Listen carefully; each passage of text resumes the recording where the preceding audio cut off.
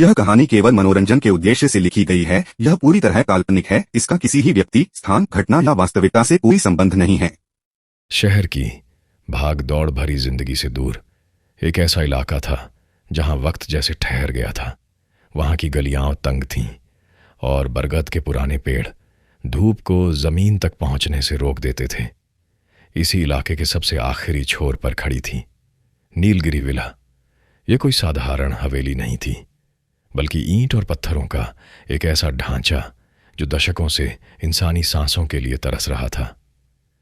इसकी दीवारें काली पड़ चुकी थीं और खड़खड़ाती खिड़कियों के टूटे हुए कांच किसी नुकीले दांत की तरह नजर आते थे।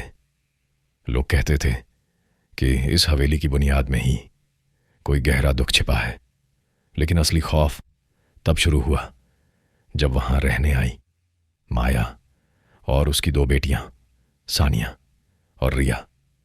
माया, जिसके चेहरे पर हमेशा एक अजीब सी पीली रंगत रहती थी। उसके पति की मौत के बाद उसकी आंखों की चमक कहीं खो गई थी। वह अक्सर घर के अंधेरे कोनों में खड़ी होकर दीवारों से बातें करती थी। सानिया, जो 18 साल की थी, अपनी उम्र की लड़कियों की तरह चंचल नहीं थी। उसकी आंखें हमेशा ऐसी लगती थीं जैसे वह किसी ऐसी चीज को देख रही हो जो दूसरों को नजर नहीं आती। और छोटी रिया, वह तो जैसे उस हवेली का ही हिस्सा बन गई थी। सन्नाटे की गूंज और रात का खेल मोहल्ले वालों के लिए वह घर एक पहेली बन गया था। दिन के समय वहां परिंदा भी पर नहीं मारता था, न कोई दूध वाला, न कोई अखबार वाला। लेकिन जैसे ही सूरज ढलता और शहर पर अंधेरे की चादर बिछती, नीलगिरी विला के अंदर से आवाजें आने लगती। ऐसी आवाजें जो खून जमा दें, जैसे कोई भारी जंजीर फर्श पर घसीट रहा हो, या जैसे कोई बहुत दूर बैठकर धीमी लय में एक ही धुन गुनगुना रहा हो। पड़ोस के बुजुर्गों ने चेतावनी दी थी, उस घर की तरफ मत देखना, क्योंकि जो भी उस हवेली की खिड़कियों में झांकता है वह घर उसकी रूह को अपनी ओर खींचने लगता है। एक रात चौकीदार रामू हिम्मत जुटाकर उस हवेली के गेट तक पहुंचा। गेट की जंजीरें अपने आप हिल रही थीं, जबकि हवा बिल्कुल नहीं थी। उसने टॉर्च उठाई और बालकनी पर रोशनी डाली, और उसी पल उसका कलेजा गले में अटक गया। वहां 3 सफेद परछाइयां खड़ी थीं। उनके हाथों में लंबी पीली मोमबत्तियां थीं। मोमबत्ती की लौ बिल्कुल स्थिर थी, लेकिन उनके चेहरे इंसानी नहीं थे। माया की गर्दन एक तरफ झुकी हुई थी और उसकी आंखें बिल्ली की तरह चमक रही थीं। और तभी रामू ने देखा कि उन मोमबत्तियों से मोम नहीं, बल्कि लाल गाढ़ा पदार्थ टपक रहा था। रामू डर के मारे भाग गया और फिर कभी उस गली में वापस नहीं आया। दिन बीतते गए और हवेली के आसपास का माहौल धीरे धीरे भारी होता गया। पड़ोसियों ने गौर किया कि घर के बाहर जो आवारा कुत्ते घूमते थे, वे अब उस गली में जाने से भी डरने लगे थे। जो कुत्ता गलती से अंदर चला जाता, उसकी केवल एक चीख सुनाई देती, और फिर सन्नाटा। अंदर माया ने एक अंधेरा कमरा चुन लिया था। वहां उसने चारों तरफ नमक की लकीरें खींच रखी थीं। वह अपनी बेटियों से कहती थी कि उनके पिता मरे नहीं हैं, वे बस दूसरी दुनिया के पर्दे के पीछे छिपे हैं। सानिया और रिया, उन्होंने स्कूल जाना छोड़ दिया था। अब वे सिर्फ अपनी मां के साथ उस अंधेरे कमरे में बैठती थीं। एक रात मोहल्ले के एक लड़के ने छुपकर खिड़की से देखा। सानिया फर्श पर लेटी हुई थी और उसकी मां उसके ऊपर कुछ अजीब सा धुआं छोड़ रही थी। और तभी कुछ ऐसा हुआ जिसने उसकी सांसें रोक दी। सानिया का शरीर धीरे धीरे हवा में ऊपर उठने लगा, कुछ इंच, बस जमीन से ऊपर। उसकी छोटी बहन रिया बगल में बैठी थी, एक गुड़िया के हाथ पैर तोड़ते हुए और हर अंग टूटने पर वह खिलखिलाकर हंसती थी। वह हंसी साधारण नहीं थी, वह हंसी ऐसी थी जैसे कांच के टुकड़े सीधे दिल में चुभ रहे हों। अगस्त का महीना था। बारिश की वजह से हवा में नमी थी, लेकिन नीलगिरी विला के आसपास कुछ और ही था, कुछ जो सामान्य नहीं था। एक ऐसी गंध जो किसी बंद कमरे में सड़ते हुए मांस की होती है। पहले लोगों ने सोचा कि शायद कोई जानवर मर गया होगा, लेकिन वह गंध दिन ब दिन तेज होती गई। वह इतनी भयानक थी कि पास के घरों में रहने वाले लोगों को उल्टियां होने लगीं। और फिर भी एक अजीब बात थी, हर रात ठीक 2:33 पर बालकनी में वही 3 मोमबत्तियां जलती थीं। मोहल्ले के लोगों ने आखिरकार पुलिस को सूचना दी। कुछ ही देर में इंस्पेक्टर विजय अपनी टीम के साथ वहां पहुंचे। उन्होंने गेट तोड़ने की कोशिश की, लेकिन जैसे ही उन्होंने गेट को छुआ, उनके शरीर में एक झटका दौड़ गया, जैसे बिजली सीधे रगों में उतर गई हो। तभी पीछे से एक आवाज गूंजी, अंदर मत जाओ साहब, यह घर जीवित है। रामू जोर से चिल्लाया, लेकिन पुलिस ने उसकी बात अनसुनी कर दी। कुल्हाड़ी से दरवाजा तोड़ा गया। जैसे ही लकड़ी का वह भारी पल्ला जमीन पर गिरा, अंदर से काली मक्खियों का एक भयानक झुंड बाहर निकला और पलक झपकते ही पुलिस वालों को ढंक लिया। अंदर का दृश्य देखकर इंस्पेक्टर विजय की रूह कांप गई। सीढ़ियां चढ़ते समय हर कदम पर ऐसा लगता था जैसे फर्श सिसक रहा हो। धीरे धीरे वे ऊपर पहुंचे और कमरे में दाखिल होते ही उन्होंने अपने मुंह पर रुमाल बांध लिया, क्योंकि वहां की हवा मौत से भरी हुई थी।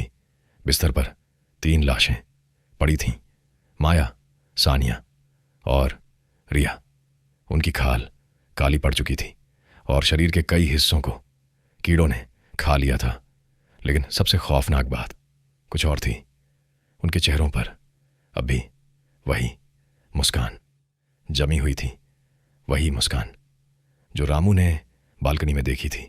उनकी हथेलियों के बीच अब भी मोमबत्तियां दबी हुई थीं, जैसे वे अभी भी किसी का इंतजार कर रही हों। तभी फॉरेंसिक टीम जांच के लिए आगे बढ़ी। कुछ देर बाद रिपोर्ट आई और उसने विज्ञान के हर नियम को तोड़ दिया। डॉक्टर ने कांपती आवाज में कहा, इंस्पेक्टर, ये औरतें कम से कम 4 महीने पहले मर चुकी थीं। इनके फेफड़े और दिल सड़ चुके हैं। ये चल ही नहीं सकती थीं। कमरे में गहरा सन्नाटा छा गया। अगर वे 4 महीने पहले मर चुकी थीं, तो कल रात बालकनी में मोमबत्तियां किसने जलाई? पड़ोसियों ने किसे हाथ हिलाते देखा? और वह हंसी किसकी थी जो हर रात इन गलियारों में गूंजती थी? समीर की वो आखिरी रात और खौफनाक शर्त। हवेली के बाहर पीला टेप लगा दिया गया था। पुलिस की गाड़ियां जा चुकी थीं, लेकिन मोहल्ले के लोगों के जहन से वह सड़न और वह मंजर अभी तक नहीं गया था। इन्हीं के बीच एक लड़का था, समीर, 20 साल का, निडर और थोड़ा जिद्दी। उसे इन रूहानी बातों पर जरा भी यकीन नहीं था। उसने अपने दोस्तों के सामने एक शर्त रखी, अगर पुलिस को वहां सिर्फ लाशें मिली हैं, तो वो मोमबत्तियां कौन जला रहा था, मैं आज रात उस हवेली के अंदर जाऊंगा और सच सामने लाऊंगा। रात के ठीक 2 बजे, जब पूरा मोहल्ला डर के मारे अपनी खिड़कियां बंद करके सो चुका था, समीर दीवार फांद कर नीलगिरी विला के आंगन में खड़ा था। हवा में अभी भी वही भारीपन था। उसने अपनी टॉर्च जलाई और धीरे धीरे मुख्य दरवाजे की ओर बढ़ा। लेकिन जैसे ही वह पास पहुंचा, उसने देखा ताला टूटा नहीं था, बल्कि पिघल चुका था। समीर के दिल की धड़कन तेज हो गई, लेकिन वह पीछे नहीं हटा। उसने एक कदम अंदर रखा और टॉर्च की रोशनी लड़खड़ाने लगी। कमरे की दीवारों पर खून के निशान अब ताज़ा थे, जैसे किसी ने अभी अभी अपनी उंगलियां घिसी हों। अचानक ऊपर से एक आवाज आई, समीर, तुम आ गए? वह आवाज सानिया की थी। समीर जम गया। उसने टॉर्च ऊपर घुमाई, लेकिन वहां कोई नहीं था।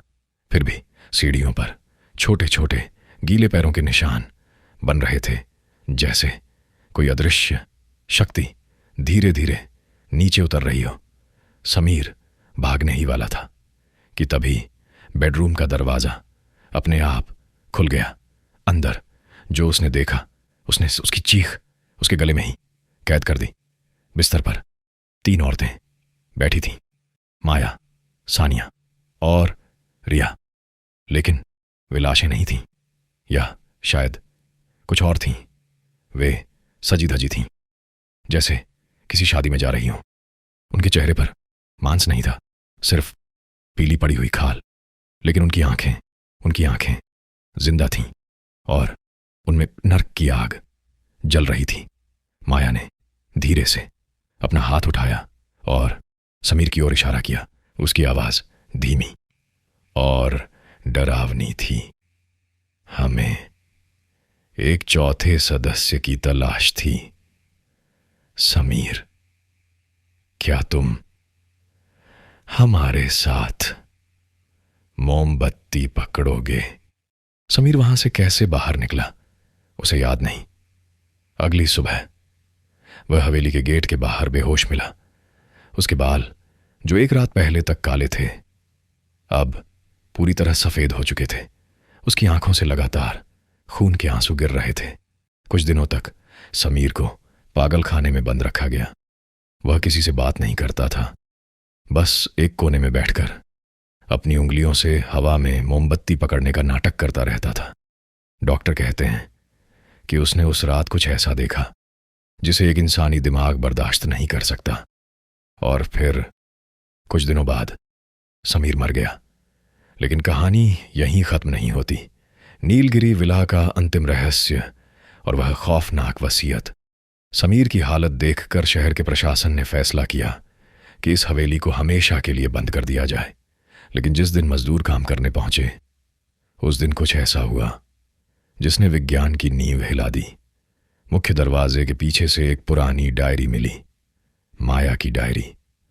उसके पन्नों से सड़न और मरे हुए फूलों की गंध आ रही थी। और जब अंतिम पन्ना खोला गया तो इंस्पेक्टर विजय के हाथ कांपने लगे। उसमें लिखा था, मौत अंत नहीं है, बल्कि एक शुरुआत है। हमने शरीर का त्याग कर दिया है, क्योंकि हड्डियां और मांस रूह की उड़ान में बाधा बनते हैं। अब हम आजाद हैं। हम इस हवेली की दीवारों में रहेंगे, हम रात की हवाओं में बहेंगे, और जो कोई हमारी रोशनी यानी मोमबत्ती को देखेगा वह हमारा हिस्सा बन जाएगा। उस रात एक मजदूर जो हवेली की दीवार चुन रहा था, अचानक गायब हो गया। अगली सुबह उसकी लाश उसी बालकनी पर मिली जहां वे 3 औरतें खड़ी होती थीं। उसके शरीर पर चोट का एक भी निशान नहीं था, लेकिन उसके हाथ में एक बुझी हुई मोमबत्ती थी और उसके चेहरे पर वही भयानक मुस्कान जमी हुई थी। अब सवाल उठता है, क्या यह सच में खत्म हुआ? आज नीलगिरी विला एक ऊंची दीवार के पीछे छिपा दिया गया है। वहां का रास्ता कांटेदार झाड़ियों से भर चुका है। सरकार ने उस पूरी गली को प्रतिबंधित क्षेत्र घोषित कर दिया है। लेकिन इलाके के लोग बताते हैं कि आज भी जब चांद बादलों के पीछे छिप जाता है और रात के 2:30 होते हैं, तो उस दीवार के पीछे से रोशनी की एक लकीर धीरे धीरे ऊपर उठती है। लोग कहते हैं कि अब वहां 3 नहीं 5 परछाइयां खड़ी होती हैं। माया, सानिया, रिया, वह मजदूर और समीर की खोई हुई रूह। हवेली आज भी खामोश है, लेकिन वह खामोशी जिंदा है और खतरनाक है। वह इंतजार कर रही है किसी ऐसे राहगीर का जो रास्ता भटक जाए, किसी ऐसे कान का जो उस लोरी को सुन ले, और किसी ऐसी रूह का जो उनकी काली दुनिया का हिस्सा बन जाए। आज भी लोग उस हवेली की तरफ देखने से कतराते हैं। कुछ तांत्रिक कहते हैं कि माया ने एक ऐसा अनुष्ठान किया था जिसे अमृता का श्राप कहा जाता है। उन्होंने अपनी जान तो दे दी, लेकिन अपनी रूहों को दो दुनियाओं के बीच एक धुंधले गलियारे में कैद कर लिया। और आज भी वहां मोमबत्तियां जलती हैं, परछाइयां घूमती हैं और सड़न की गंध हवा में तैरती है। पुलिस के लिए यह एक अनसुलझा केस है, लेकिन रूहानी दुनिया में यह एक सच्चाई है।